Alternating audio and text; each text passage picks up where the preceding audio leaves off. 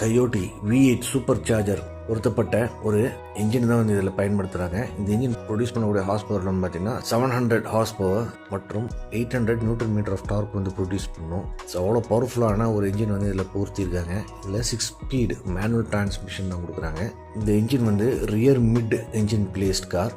Engine front side போனட்லையோ இல்லை completely rear side Porsche காரில் வர மாதிரி கம்ப்ளீட்லி ரியர் சைடில் இல்லாமல் ரியர் மிட் இன்ஜினை பிளேஸ் பண்ணியிருக்காங்க. அப்போ தான் உங்களுக்கு வந்து ட்ராக்ஷன் கண்ட்ரோலும் அண்டர் ஸ்டியர் ஓவர் ஸ்டியரிங் ப்ராப்ளமும் பவர் டிஸ்ட்ரிபியூஷனில் உங்களுக்கு வந்து நல்லா ஈக்குவலாக கிடைக்கும். ஸோ அந்த ஒரு காரணத்துக்காக அப்படி பிளேஸ் பண்ணியிருக்காங்க. டிப்பிக்கலாக எல்லா சூப்பர் கார்லேயும் வரக்கூடிய ஒரு கான்ஃபிகரேஷன் தான். அது மட்டும் இல்லாமல் இது ஆல் வீல் டிரைவ் கார் கிடையாது, ரியர் வீல் ட்ரிவன் கார் தான். அப்புறம் இந்த வண்டியில் பார்த்தீங்கன்னா இன்டீரியர் சைடில் ஒரு ஃப்ளாஷியான ஒரு ஸ்டியரிங் வீல் கொடுத்துருக்காங்க.